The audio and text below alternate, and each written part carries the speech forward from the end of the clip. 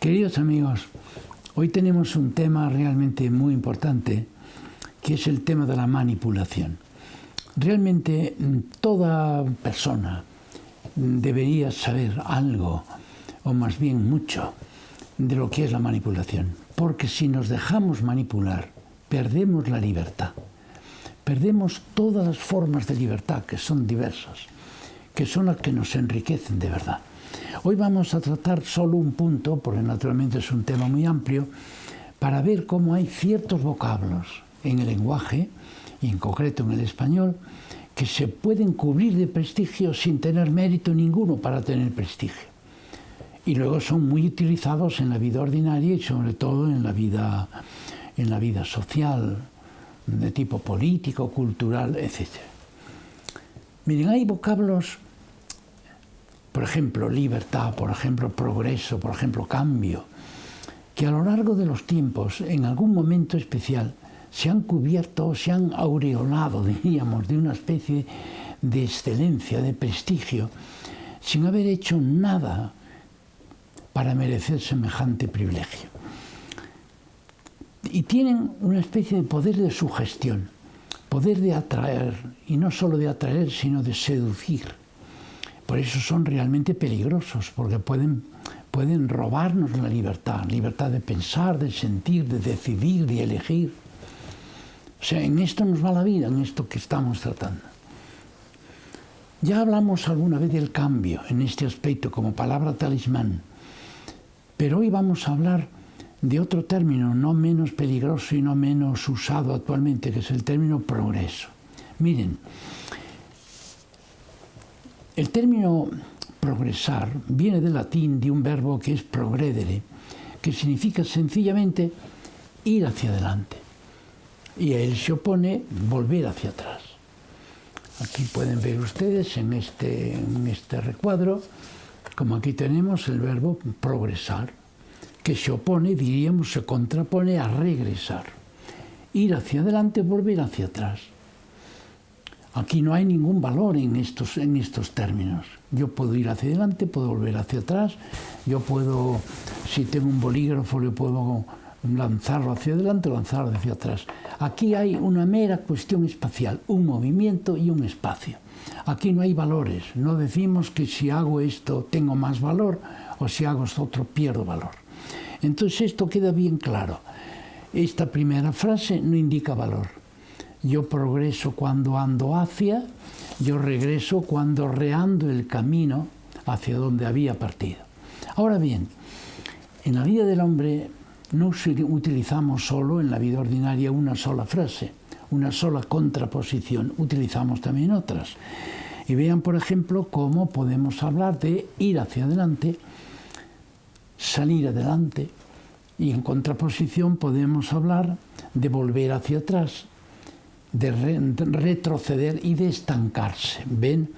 Ir hacia adelante y estancarse. Esta contraposición ya tiene un valor, ya indica un valor. Si yo estoy enfermo y preguntan por mí y dicen, pues está yendo hacia adelante, está hacia adelante, parece que va saliendo adelante. Eso se opone a estar estancado.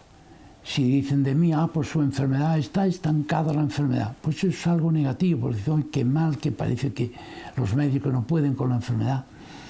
En fin, la medicina actual no alcanza. Pero si dicen, va para adelante, esto implica un valor. Ven, esta segunda frase sí que ya tiene un valor. Esto es mejor, aquello es peor. Pero fíjense que hasta aquí está todo muy claro. Está todo muy claro. Pero en el trajín diario, con la precipitación con que hablamos de ordinario, podemos hacer un cruce entre estas dos frases, un cruce, de tal manera que yo oponga progresar, no a regresar, que sería lo suyo, sino sencillamente a estancarse. Hago un cruce, ¿ven? Un cruce. Y lo mismo hago con el verbo ir adelante, que lo cruzo y entonces lo opongo a regresar, hago un cruce y no lo opongo a estancarse. Bien, ¿qué sucede entonces? Fíjense, sucede que como estancarse tiene siempre un valor negativo, de ordinario, en la vida ordinaria. Si una persona, un joven o una joven, se estanca en los estudios, Eso quiere decir que no sigue adelante, que no va para adelante. Es algo negativo, lo mismo una enfermedad, lo mismo un negocio. Decimos, ¿qué tal te va el negocio? Oh, está todo estancado, está todo como paralizado, ¿verdad? Entonces tiene un valor negativo. Si yo contrapongo progresar a estancarse, como estancarse tiene valor negativo. Al oponerse este primero, progresar, oponerse a este, que es muy negativo, este adquiere un valor muy positivo, por aquello que yo suelo llamar valoración por vía de rebote. Este parece que rebota. Al oponerse a algo que es malo, parece que él se convierte en algo bueno. ¿Ven? Esto es como si hablamos de algo que es muy, muy malo y hablamos de algo que se opone a eso que es malo, lo que se opone alcanza inmediatamente un valor positivo. Decimos, qué bueno es este porque se opone a este que es muy malo. ¿Ven?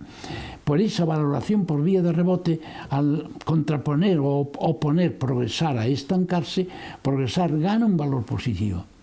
Pero también al revés. Al oponer ir adelante, no a estancarse, sino a regresar haciendo un cruce, entonces como ir adelante tiene un valor positivo, regresar adquiere un valor negativo. Y fíjense por dónde.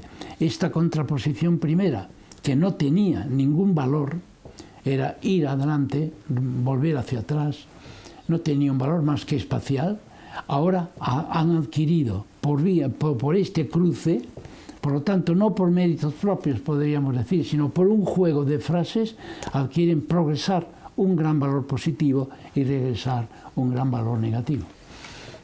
¿Bien? Y así tenemos y podemos ir viendo en el juego de la vida diaria con el lenguaje que hay muchos términos que tienen una especie de sentidos ocultos que luego se sacan a superficie para sacar provecho de eso. Por ejemplo, si un político o sencillamente una persona que tiene una relevancia social dice yo soy progresista, lo dice creyendo que con el mero decir esta palabra, este adjetivo que está supervalorado, soy progresista, que alcanza una eminencia en la sociedad o muestra diríamos, un valor realmente preponderante en la sociedad. Pero yo le diría a uno que me diga, soy progresista, le diría, bueno, ¿y qué? ¿A mí qué me importa eso? Eso etimológicamente quiere decir que estás andando hacia adelante. Eso no tiene valor positivo ni negativo, no es nada. ¿Tú en qué sentido dices que eres progresista? Porque como político, por ejemplo, vas a tomar medidas que van a ser eficaces, mira, muéstralas, indícamelas, dame las razones, y entonces empezaremos a hablar si eres hombre de progreso en el sentido positivo del término. Un hombre de progreso es el que toma unas medidas, promulga unas leyes que son realmente eficaces para la buena marcha de la sociedad. O si eres progresista en el sentido cultural, oye, una persona que en el laboratorio inventa grandes medicinas y fármacos y tal, entonces se merece una alabanza tremenda, pero lo hace por su esfuerzo, por su talento. Y entonces yo me quito el sombrero. Yo soy hombre de progreso, sí señor. Tú has inventado tal cosa, tal otra, que ahora a mí mismo me han salvado 2 medicinas en diversos momentos de la vida, me han salvado la vida. Yo se lo debo eso al que ha tenido talento y ha tenido posibilidades para poner en juego esos 2 fármacos. Eso, naturalmente, ser un hombre de progreso. Ahora bien, decir soy progresista valiéndose solo de estos trucos de lenguaje, entonces eso no tiene valor ninguno. Pero hay que delatarlo. ¿Ven? Hay que delatarlo y hay que decir, cuidado, no nos dejemos llevar del prestigio de unos términos que por el juego de frases, como lo acabo de decir, y ya veremos más, porque vamos a dedicar algunos vídeos al tema de la manipulación. Entonces realmente eso hay que estar precavidos para no dar valor a aquello que no tiene valor. Bien, esto pasó mucho también con el término cambio. Yo recuerdo que haciendo un curso de filología francesa en una universidad del norte de Francia, tuve unos compañeros que estaban esperando las elecciones en su país, en Francia, y estaban enardecidos por el término cambio, porque uno de los candidatos lo utilizaba mucho, en plan diríamos, artificioso, en plan manipulador. Y yo solo decía, recuerdo que había uno que era un chico que tenía mucha fama allí, de chico avispado, y que estaba preconizado para ir a un gran centro de investigación en París. Y recuerdo que le decía, bueno, ¿y tú qué piensas hacer? Me decía, yo voy a votar a fulanito. Le digo, ¿y eso? Y dice, porque promete cambio. Y yo le decía, ¿pero cambio hacia dónde? Y no importa, cambio. Estaban enardecidos. Yo le decía, ¿tú sabes que estáis siendo realmente víctimas de una seducción, de una palabra, por un prestigio que ha adquirido por una serie de juegos de lenguaje? Y él no admitía razones. Decía, no, necesitamos el cambio. Estaban realmente fascinados por una palabra cambio que había sido pues sometida pues a esta técnica de prestigiar a unos conceptos por la contraposición con otros. Ahí naturalmente cambio se le contraponía a estancamiento, cambio pues a rutina, en fin. Pues bien, esto sería un primer paso que vamos a dar para delatar tantos casos como hay de manipulación no solo en nuestro país, sino en el mundo de hoy. Les puedo confesar que he viajado un tanto por razones profesionales y en todos los países me decían lo mismo. Si supiera usted cómo se manipula aquí. Yo decía, bueno, pues vete a mi pueblo y vas a ver también lo que es la manipulación. En todas partes. Y es curioso que se estudia muy poco la manipulación. Y yo estoy completamente convencido de que ningún niño, ningún joven, ninguna persona adulta debiera salir de las aulas sin saber perfectamente 4 cosas. ¿Qué es manipular? ¿Quién manipula? ¿Cómo lo hace? ¿Por qué lo hace? Y luego saber una 5ª cosa. ¿Cuál es el antídoto contra la manipulación? Sin eso nuestra libertad está en peligro, queridos amigos.